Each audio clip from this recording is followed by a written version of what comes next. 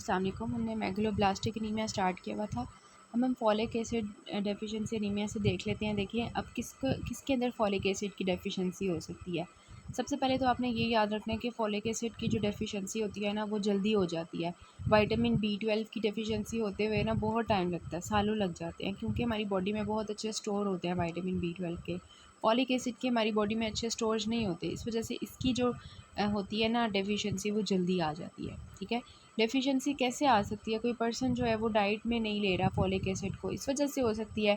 या हमारे पास डिमांड ज़्यादा हो गई है, फिजियोलॉजिकल डिमांड ज़्यादा हो गई हैं। जैसे प्रेग्नेंट फीमेल होती है, उसको फॉलेट पता है, फॉलिक एसिड देते हैं उसकी फर्स्ट ट्राइमेस्टर में। ठीक है, या वो पेशेंट्स जो कि क्रोनिक हिमोलाइटिक एनीमियाज़ के होते हैं, बहुत देर से उनकी बॉडी में कोई हिमोलिसिस चल रही है जिसकी वजह से एनीमिया हो रहा है। बहुत से कॉजेज़ होते हैं हिमोलिसिस के। ठीक है, तो उनके अंदर क्या होता है, फॉलिक एसिड की डेफिशिएंसी हो जाती है। और क्या होता है इसके अलावा, जो है आपको पता है, आपके जो फॉलेट होता है ना, अगर आप उसको कुक कर दें ना, मतलब कुछ ऐसे वेजिटेबल्स होते हैं, अगर आप उसको कुक करें तो कुक करने की वजह से क्या होता है कि वो उनके जो फॉलिक एसिड होता है वो डिस्ट्रॉय हो जाता है। इस वजह से जो फॉलिक एसिड की ज़्यादा अमाउंट होती है वो अनकुक्ड वेजिटेबल्स एंड फ्रूट्स में होती है। ठीक है, तो ये बहुत ज़्यादा मैटर करता है कि वो डाइट में उस तरह से कंज्यूम कर रहा है या नहीं कर रहा। अब बहुत सी ऐसी ड्रग्स होती हैं, फेनेटोइन है, मेथोट्रेक्सेट है, ये हमारे फॉलेट की जो एब्जॉर्प्शन है या मेटाबॉलिज्म है उसको अफेक्ट करते हैं। ठीक है, अभी वो एक मैंने पेशेंट देखी थी, वो एलोपीसिया की मेडिसिन ले रही थी। ठीक है, उसमें उन्होंने डॉक्टर ने उसको मेथोट्रेक्सेट दी हुई थी, एलोपीसिया की मेडिसिन ना, तो मेथोट्रेक्सेट दी हुई थी। और उसके अंदर क्या हो सकता है, उसके अंदर फॉलिक, बच्ची है वो छोटी, तो उसकी फॉलेट डेफिशिएंसी हो सकती है ना, उसके मेटाबॉलिज्म के साथ इंटरफेयर करेगा। तो आपने क्या करना है, आपने उसको बाहर से फॉलेट देना है। ठीक है, ताकि जो है ना उसकी डिमांड पूरी हो जाए। और इसके अलावा मैल एब्जॉर्प्टिव डिसऑर्डर्स, कुछ ऐसे लोग होते हैं जिनको मैल एब्जॉर्प्शन होती है। फॉर एग्जांपल उनको कोई ऐसी डिजीज़ है जिसकी वजह से फॉलिक एसिड की जो एब्जॉर्प्शन प्रॉपर नहीं हो रही, तो ऑब्वियसली उनके अंदर डिमांड जो है वो नहीं पूरी होगी। तो ये सब कॉजेज़ हैं फॉलिक एसिड की डेफिशिएंसी की। पैथोजेनेसिस हमने डिस्कस कर लिया है और क्लिनिकल फीचर्स भी हमने डिस्कस कर लिए हैं। ठीक है, उसके बाद जो ये मैंने हाईलाइट भी कर लिया, अगर आपको नहीं समझ आ रही तो यहाँ से देख लें कि क्या देखना है। वही क्लिनिकल फीचर्स होंगे एनीमिया के, और इन्फेक्शंस होंगे और वो सब कुछ। ठीक है, फिर आता है विटामिन B12 की डेफिशिएंसी। अब देखें, विटामिन B12 की डेफिशिएंसी है ना, तो सबसे पहले तो मैंने आपको बताया हमारी बॉडी में ना बहुत ज़्यादा स्टोर्स होते हैं विटामिन B12 के। बहुत टाइम लग जाता है विटामिन B12 को हमारी बॉडी में ख़त्म होते हुए। इसकी डेफिशिएंसी बहुत अनकॉमन होती है। ठीक है, और अगर हो भी तो ऐसे लोगों में होती है जिनको जो है ना पर्निशियस एनीमिया होता है। इसमें होता क्या है कि एक्चुअली ना हमारा जो विटामिन B12 होता है ना, उसका तो आपको पता होगा कि इसके साथ ना, इसका सारा पूरा हम मेटाबॉलिज्म पहले देखते हैं। सबसे पहले ये आपकी ओरल कैविटी है। ठीक है, और ये आपका सारा इसोफेगस है, और नीचे तक जो है ना वो सारा सिस्टम है आपके वो डाइजेस्टिव सिस्टम है। सबसे पहले आप जो विटामिन ओरल कैविटी से लेते हो ना विटामिन B12, तो आपके सलाइवा के अंदर ना एक हमारे पास होता है हेप्टोकोरिन। ठीक है, हेप्टोकोरिन, तो आपका विटामिन जाके जो है ना विटामिन B12 उसके साथ जो है वो अटैच हो जाता है। विटामिन B12 हेप्टोकोरिन कॉम्प्लेक्स बन जाता है। ठीक है, लेकिन जब ये स्टमक के पास जाता है ना, स्टमक के अंदर, स्टमक तो हमने इधर बनाया ही नहीं है, ये स्टमक फॉर एग्जांपल ये है आपका। ठीक है, अब जब ये स्टमक के पास जाएगा ना, तो वहाँ पे ना होते हैं पेराइटल सेल्स होते हैं। ठीक है, वो ना इंट्रिंसिक फैक्टर रिलीज़ कर रहे होते हैं बॉडी में। ठीक है, इंट्रिंसिक फैक्टर रिलीज़ करते हैं। तो अब ना इधर ही हमारा पैंक्रियाज भरा होता है ना, नीचे करके इधर करके। अब वो पैंक्रियाज जो होता है वो पैंक्रियाटिक एंजाइम्स कुछ रिलीज़ करता है। उस पैंक्रियाटिक एंजाइम्स की वजह से क्या होता है कि विटामिन B12 का जो ये लिंकेज बना होता है ना, ये टूट जाता है।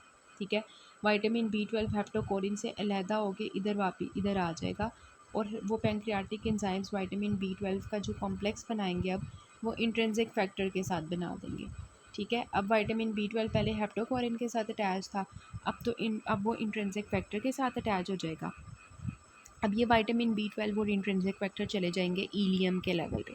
ठीक है, जब ईलियम के लेवल पे जाएंगे, अब वो नीचे, मैं ईलियम कैसे बनाऊँ, बस आप ये समझ लें कि नीचे हमारे पास जो है ना ईलियम है।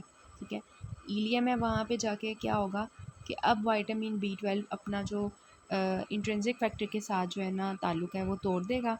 ईलियम के ऊपर जो है वो जो सेल्स होते हैं ईलियम के, वहाँ पे सेल्स के ऊपर ना एक हमारे पास होता है रिसेप्टर, ट्यूबुलिन रिसेप्टर। ठीक है, उसके साथ जाके जो है ना विटामिन B12 बाइंड करता है, और इलियम में जो है ना सेल्स के थ्रू एब्जॉर्ब हो जाता है ब्लड में। अब वहाँ पे जब ब्लड में जाता है तो वहाँ पे उसके लिए बैठा होता है एक, उसको पकड़ने के लिए ट्रांसकोबैलेमिन कुछ ऐसा होता है, वो पकड़ के ना विटामिन B12 को तो डिफरेंट हमारी बॉडी के टिश्यूज़ तक विटामिन D12 को पहुँचा देता है और हमारी बॉडी को जो है ना एनर्जी मिल जाती है। ठीक है, अब इसको हम डायग्राम से देख लेते हैं। ये देखेंगे आपके पास विटामिन B12 आपने फूड में लिया, सलेवरी ग्लैंड से कुछ हेप्टोकोरिन के साथ जो है वो हेप्टोकोरिन सलेवरी ग्लैंड से रिलीज़ हुआ, हेप्टोकोरिन का कॉम्प्लेक्स बना, ये हमारे जो है वो चला गया स्टमक में, वहाँ पे इंट्रिंसिक फैक्टर के साथ बाइंड किया because of the pancreatic enzymes. ठीक है, ये हमारे पास होते हैं प्रोटीएजेस फ्रॉम द पैंक्रियाज, वो स्प्लिट करते हैं हेप्टोकोरिन और विटामिन B12 के कॉम्प्लेक्स को। अब इंट्रिंसिक फैक्टर और विटामिन B12 चले जाते हैं इलियम के लेवल पे। इलियम में हमारे पास ट्यूबुलिन रिसेप्टर होता है, वहाँ पे जाके वो बाइंड करते हैं और वहाँ से वो अब्जॉर्ब हो जाता है ब्लड में, पोर्टल वेन में। वहाँ पे ट्रांसकोबैलेमिन बैठी होती है, उसको पकड़ के जो है ना ले जाती है डिफरेंट बॉडी टिश्यूज़ में। ये देखें एक और हमारे पास है कि इधर इधर हमने जो है वो जो है एनिमल बेस्ड डाइट ली। विटामिन B12 का सबसे पहले एसोफेगस में, मतलब यहाँ पे ओरल कैविटी में बना कॉम्प्लेक्स B12 के साथ। फिर पेराइटल सेल्स ने जब पैंक्रियाटिक प्रोटीएजेस एक्ट किए तो वो ताल्लुक टूट गया हेप्टोकोरिन के साथ और पैंक्रियाटिक सेल्स के इंट्रिंसिक फैक्टर के साथ बाइंड कर गया। फिर वहाँ से जब इलियम के लेवल पे गया तो ट्यूबुलिन रिसेप्टर के साथ बाइंड करता है, ट्रांसकोबैलेमिन पकड़ के उसको फिर ब्लड स्ट्रीम में ले जाती है और वो वहाँ से लिवर में चला जाता है। यही इसकी कहानी है और यही इसका। अब ये पर्नीशियस एनीमिया इन्होंने बताया हुआ है। पर्नीशियस एनीमिया क्या होता है कि जो जिन लोगों के अंदर पेराइटल सेल्स जो हैं नॉर्मली प्रोड्यूस कर रहे होते हैं इंट्रिंसिक फैक्टर, उनका तो विटामिन B12 ईजिली एब्जॉर्ब हो जाता है। लेकिन जिनके अंदर क्या होता है कि हमारे पास जो है वो पर्नीशियस एनीमिया होता है, मीन्स के ऑटो इम्यूनिटी एक्टिवेट हो जाती है हमारे पेराइटल सेल्स के अगेंस्ट। एंटी पेराइटल एंटीबॉडीज़ बनना शुरू हो जाती हैं जो हमारे पेराइटल सेल्स को डिस्ट्रक्शन कर देती हैं उनकी, जिसकी वजह से इंट्रिंसिक फैक्टर प्रोड्यूस नहीं होता। जब वो नहीं होता तो विटामिन B12 की जो एब्जॉर्प्शन होनी होती है दरमियान में ही रुक जाती है और एब्जॉर्प्शन नहीं होती, तो ऐसे लोगों को फिर विटामिन B12 की कमी होती है। अदरवाइज़ विटामिन B12 के स्टोर्स बहुत ज़्यादा हो। तो यही इन्होंने पर्नीशियस एनीमिया यही यहाँ पे बताया हुआ है, आपने इसको रीड कर लेना है, मैंने जो बताया ये वही लिखा हुआ है। ठीक है, उसके बाद इसकी पैथोजेनेसिस है तो उन्होंने बताया हुआ है कि ये एनिमल्स के जो होते हैं, हमारे जो एग्स होते हैं, डेयरी प्रोडक्ट्स होते हैं, उनमें ये होता है। और फॉलेट के बारे में हमने देखा था कि उसको हम जब कुकिंग करते हैं तो वो उसकी जो मतलब फॉलेट होती है वो डिस्ट्रक्शन हो जाती है, लेकिन ये जो है ना रेजिस्टेंट टू कुकिंग होता है और 5 to 20 ईयर्स लगते हैं हमारी बॉडी के स्टोर्स को ख़त्म होते हुए। लेकिन पर्नीशियस एनीमिया की वजह से होना होता है, अगर इसकी डेफिशिएंसी ने तो हो जाती है। ठीक है, उसके बाद जो है बता रहे हैं कि 3 तरह की एंटीबॉडीज़ बनती हैं, ये आपने याद रखनी है। कहाँ कौन कौन सी एंटीबॉडीज़ बनती हैं ऑटो इम्यूनिटी में। एक हमारे पास विटामिन B12, ठीक है, और इंट्रिंसिक फैक्टर के जो कॉम्प्लेक्स होता है उनके अगेंस्ट बनती हैं। ठीक है, एक हमारी पेराइटल सेल्स के अगेंस्ट बनती हैं। ठीक है, और एक हमारी ट्यूबुलिन रिसेप्टर के अगेंस्ट बनती हैं, वो जो हमने इलियम पे पढ़ा था। तो एंटीबॉडीज़ के नाम याद रखने, किस किस के against, vitamin B12 intrinsic factor के अगेंस्ट, पेराइटल सेल्स के अगेंस्ट, ट्यूबुलिन रिसेप्टर के अगेंस्ट एंटीबॉडीज़ बनती हैं और ऑटो एंटीबॉडीज़ फिर इनकी डिस्ट्रक्शन करती हैं। ठीक है, एसोसिएटेड होती हैं विद अदर ऑटो इम्यून, जिन लोगों को पहले से हाशिमोटो थायराइडाइटिस या एडिसन डिजीज़ या टाइप 1 डायबिटीज़ होती है ना, उनमें ये ज़्यादा होता है। ठीक है, साथ में उनको पर्नीशियस एनीमिया भी हुआ होता है। उसके बाद वो बता रहे हैं कि वो लोग जिनकी गैस्ट्रेक्टमी हुई होती है, मीन्स उनका स्टमक रिमूव हुआ होता है, तो उनके अंदर तो इंट्रिंसिक फैक्टर होगा ही नहीं क्योंकि पेराइटल सेल्स ही नहीं है, या ऐसे लोग जिनका इलियम ही नहीं है। ठीक है, मतलब वो सारा जो रास्ता है ना, मैंने जो आपको सारा बताया है वो आपको समझ आ जाए तो आपको ये समझ आ जाए कि रास्ते में कोई भी प्रॉब्लम आएगी, स्टमक नहीं होगा, इलियम नहीं होगी, या पेशेंट को जो है वो क्रोहन डिजीज़ है या कुछ डिजीज़ चल रही हैं जिस, तो उसकी वजह से विटामिन B12 एब्जॉर्ब नहीं होगा और उसकी वजह से उसके साइंस आना शुरू हो जाएंगे, क्लिनिकल फीचर्स शो होना शुरू हो जाएंगे। अब इसमें जो बहुत इंपॉर्टेंट चीज़ होती है, मैंने आपको विटामिन B12 का फंक्शन में बताया था कि ये हमारे न्यूरोलॉजिकल फंक्शन के लिए बहुत हेल्पफुल होता है। ठीक है, तो अगर वो नहीं होगा विटामिन B12 तो उसकी वजह से क्या होता है कि हमारी जो न्यूरोलॉजिकल फंक्शंस होती हैं वो मेंटेन ही रहती है। हमारी जो posterior column and the lateral columns of spinal cord होती है ना, उनकी नर्व्स की डीमाइलिनेशन स्टार्ट हो जाती है। तो ऐसे लोगों को फिर न्यूरोलॉजिकल सिम्टम्स भी आते हैं। ये सारे जो सिम्टम्स हैं ये एनीमिया के हैं।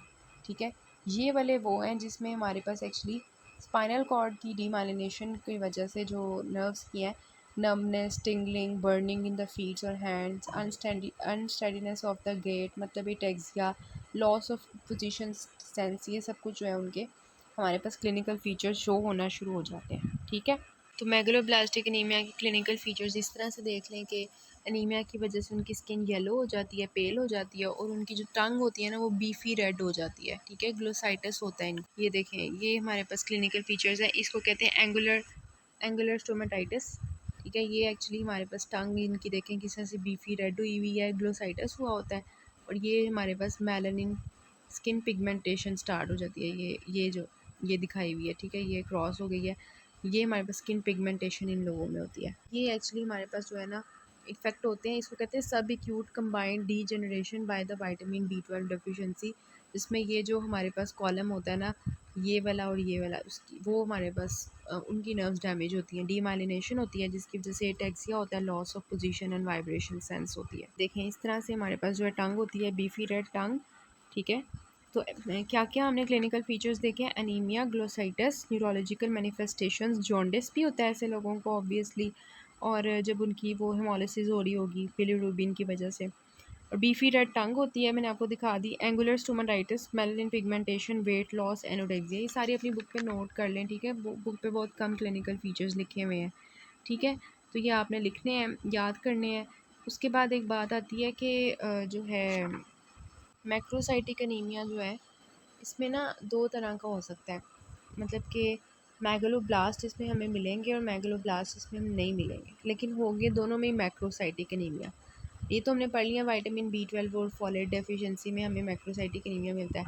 कुछ ऐसे हमारे पास केसेस होते हैं जिसमें हमें ब्लड के अंदर मैक्रोवेलोसाइट्स तो मिल रहे होते हैं लेकिन मैगलोब्लास्ट नहीं मिल रहे होते। वो ये केसेस होते हैं, ये आपने बुक पे लिख लेने हैं। अल्कोहल जो लोग पीते हैं, जिनमें रेटिकुलोसाइटोसिस हुई होती है हेमोलिसिस की वजह से, ठीक है, लिवर डिजीज़ के जो लोग होते हैं और हाइपोथायराइडिज्म के जो लोग होते हैं, इनमें क्या होता है, इनमें ना मैक्रोसाइटिक एनीमिया तो हुआ होता है लेकिन मैगलोब्लास्ट नहीं मिलते। ठीक है, तो ये आपने याद रखना है। अब हम लास्टली जो इनका करने लगे हैं that is the lab investigation, जो बुक पे बिल्कुल भी अच्छी नहीं लिखी हुई हैं, आपने इसको जो है याद करना है, बुक पे लिख लेना है। ठीक है, सबसे पहले तो जनरल हमारे पास होंगी लैब इन्वेस्टिगेशन जो हमारे पास कॉमन होंगी इन केस ऑफ फॉलेट और विटामिन B12। ठीक है, वो कॉमन क्या क्या होंगी? कॉमन जो है वो क्या क्या होंगी, हमने अभी पढ़ा कि सबसे पहले हम ब्लड पिक्चर लेंगे, ब्लड की क्या पिक्चर है। ठीक है, दूसरे नंबर पे हम RBC के इंडेसिस चेक करेंगे। ठीक है, तीसरे हम जो है वो बोन मैरो में देखेंगे कि बोन मैरो की क्या सूरत हाल चल रही है दोनों के अंदर। ठीक है, और फोर्थली हम जो है वो बायोकेमिकल टेस्ट करेंगे। ठीक है, बायोकेमिकल टेस्ट करेंगे। अब सबसे पहले हम ब्लड पिक्चर लेंगे, तो ब्लड पिक्चर में हमें क्या नज़र आएगा? मैक्रो ओवेलोसाइट्स नज़र आएंगे, ये मैंने आपको बताए थे। ठीक है, मैक्रो ओवेलोसाइट्स नज़र आएंगे जब, और इसमें क्या नज़र आएगा हमें? अनीसोसाइटोसिस नज़र आएगी, पोइकुलोसाइटोसिस नज़र आएगी, ये मैं आपको दिखाती हूँ क्या होते हैं, और बेजोफिलिक स्टिपलिंग नज़र आएगी। ठीक है, ये बस अभी लिख लें, मैं दिखा देती हूँ इनकी पिक्चर्स। ये चारों चीज़ें ब्लड पिक्चर पे नज़र आएंगी, मैक्रो ओवेलोसाइट्स, अनीकोसाइटोसिस, पोइकुलोसाइटोसिस और बेजोफिलिक स्टिपलिंग। ठीक है, फिर RBC इंडिसेस में आपको क्या नज़र आएंगे? RBC इंडिसेस क्या होती हैं, जो मैंने आपको शुरू में दिखाई थी क्या क्या होती हैं। इसमें जो हम देखते होते हैं ना, वो एक्चुअली हम देखते होते हैं कि RBC इंडिसेस में ना हम देख रहे होते हैं कि उनकी जो मीन कॉर्पस्कुलर वॉल्यूम है वो कितना है। ठीक है, तो ऑब्वियसली इनका जो मीन कॉर्पस्कुलर वॉल्यूम हमने देखा था 120 से ज़्यादा होता है। ठीक है, और जो मीन कॉर्पस्कुलर हीमोग्लोबिन होती है ना इन लोगों की, वो 50 से ज़्यादा हुई होती है। ठीक है, कि इस तरह से, और इसके अलावा mean corpuscular haemoglobin concentration normal भी हो सकती है, कम भी हो सकती है। उसके बाद हम बात करते हैं बोन मैरो की। बोन मैरो तो मैंने आपको बता दिया कि दोनों में हमें मैगलोब्लास्ट मिलते हैं बोन मैरो के अंदर। ठीक है, फिर हम करते हैं बायोकेमिकल टेस्ट। बायोकेमिकल टेस्ट में जो है ना, आप क्या चेक करोगे? आप बिलीरुबिन का लेवल चेक करोगे। ठीक है, तो ऑब्वियसली इन लोगों में क्या होगा कि क्योंकि हेमोलिसिस हो रही होगी ना इनफेक्टिव एरिथ्रोपोइसिस की वजह से, तो उसकी वजह से बिलीरुबिन का लेवल ज़्यादा हो जाएगा और LDH का लेवल ज़्यादा हो जाएगा। ठीक है, अब बिलीरुबिन का लेवल जब ज़्यादा होगा तो वो हमने उसकी क्लिनिकल मैनिफेस्टेशंस देख ली थी कि जॉन्डिस हो सकता है, गॉल स्टोन्स हो सकती हैं। ठीक है, दूसरे नंबर पे बायोकेमिकल टेस्ट में क्या होता है कि सीरम में जो फेरेटिन का और आयरन का लेवल होता है वो नॉर्मल भी हो सकता है, एलिवेटेड भी हो सकता है। ठीक है, बिकॉज वो इसमें एक्चुअली क्या हो रहा होता है कि हमारे आरबीसीज टूट रहे होते हैं, तो उनमें से आयरन जो है वो रिलीज़ होता है। इस वजह से ना सीरम में आयरन का और फेरेटिन का लेवल जो है वो नॉर्मल भी हो सकता है, एलिवेट भी हो सकता है, ठीक है, लेकिन कम नहीं होता, ये आपने याद रखना है। तीसरा हम चेक करवाते हैं बायोकेमिकल टेस्ट में रेटिकुलोसाइट्स को। अब रेटिकुलोसाइट्स यहाँ पे कम भी हो सकते हैं और नॉर्मल भी हो सकते हैं, ठीक है। वो इसी वजह से होंगे ना कि इनफेक्टिव एरिथ्रोपॉइसिस की वजह से रेटिकुलोसाइट्स जो हैं वो हमारे पास नहीं बनेंगे, ठीक है, वो उस तक पहुँचेगा ही नहीं आरबीसी, पीछे ही रह जाएगा, मैक्रोसाइट ही रहेगी, ठीक है। और ये एक्चुअली बायोकेमिकल टेस्ट होते हैं। और इसके अलावा आप करवाते हो जो है ल्यूकोसाइट्स, ठीक है। ल्यूकोसाइट्स जब आप चेक करवाते हो तो वो ऑब्वियसली क्या होंगे, ल्यूकोसाइट्स आपके जो है वो WBCs आपके कम हुए होंगे। आपको जो अगर आप देखोगे क्या नाम है किसी में ना आप अगर प्लेटलेट्स को देखोगे तो वो आपको बिज़ारे शेप नज़र आएंगे, कम नज़र आएंगे, क्योंकि पैनसाइटोपिनिया हुआ है, ठीक है। तो इसके अलावा हाइपर सेगमेंटेड न्यूट्रोफिल्स आपको नज़र आएंगे, ठीक है। तो ये सारी आपकी हैं जो कि जनरल पिक्चर में आपके पास आती है। Blood picture, RBC indices, bone marrow and biochemical. RBC indices तो आपको आते हैं बोन मैरो में मैग्रो ब्लास्ट है। ब्लड पिक्चर मैंने आपको बता दिया, उसमें सारे सेल्स की आपने पिक्चर बतानी है। आरबीसीज़ की, डब्ल्यूबीसीज़ और प्लेटलेट्स की। प्लेटलेट्स आपको बिज़ारे शेप मिलते हैं, डब्ल्यूबीसीज़ आपको कम मिलते हैं और हाइपर सेगमेंटेड न्यूट्रोफिल्स मिलते हैं मोर देन 5 लोब्स, ठीक है। और बायोकेमिकल टेस्ट में आपने बिलीरुबिन, फेरेटिन, आयरन, रेटिकुलोसाइट्स वगैरह को देखना होता है, ठीक है। उसके बाद आता है कि जो हम स्पेसिफिक करवाते हैं। स्पेसिफिक जो है ना, आपने बस टेस्ट के नाम याद रखने हैं, आपको कोई ज़रूरत नहीं है उनकी सारी डिटेल करने की, क्योंकि आपको जस्ट नाम लिखने के लिए आते हैं। तो विटामिन B12 की जो आप करवाते हो, इसमें आपको सबसे पहले माइक्रोबायोलॉजिकल एसे करवाते हो। माइक्रोबायोलॉजिकल एसे लिखने जा रहा है, माइक्रोबायोलॉजिकल एसे आप लिख लें, ठीक है। इसके अलावा माइक्रोबायोलॉजिकल एसे करवाने के बाद आप रेडियो एसे करवाते हो। और थर्ड आप जो है वो करवाते हो शीलिंग टेस्ट। शीलिंग टेस्ट जो होता है वो आपको डिस्टिंग्विश करने में हेल्प कर रहा होता है कि जो है ना विटामिन B12 की वजह से मेगलोब्लास्टिक एनीमिया हो रहा है या किसकी वजह से हो रहा है, ठीक है। तो ये आपको बताता है कि लैक ऑफ इंट्रिंसिक फैक्टर है कि नहीं, ठीक है, शीलिंग टेस्ट। तो ये तीनों आपने बस टेस्ट के नाम याद रखने हैं। और अगर फॉलेट की बात की जाए तो फॉलेट अच्छा, विटामिन B12 में जो चौथा होता है वो हमारे पास, मैंने आपको बताया था, सीरम में ना मिथाइल मेलोनिक एसिड का लेवल ज़्यादा हुआ होता है, ठीक है, क्योंकि सक्सिनाइल कोए में कन्वर्ट नहीं हो रहा था। और होमोसिस्टीन का भी लेवल ज़्यादा हुआ होता है, ये भी विटामिन B12 का होता है। फोलेट का जो है ना, फोलेट का वो सबसे पहले आप, एक होता है फिगलू टेस्ट, ठीक है, फिगलू, ये आपका यूरिन में जो है ना फोलेट का लेवल्स को बताता है, ठीक है। अगर फोलेट की डेफिशिएंसी होगी तो ऑब्वियसली कम होगा। सीरम फोलेट ऐसे, ठीक है। दूसरा आप सीरम फोलेट का ऐसे लेते हो कि सीरम में कितना फोलेट है। थर्ड आप रेड सेल के अंदर फोलेट का ऐसे लेते हो, ठीक है। फोलेट ऐसे, ये पूरा आपने लिख लेना है। तो ये हमारे पास फोलेट का है, विटामिन B12 का है, स्पेशल टेस्ट आप जो करवा रहे हो, ठीक है।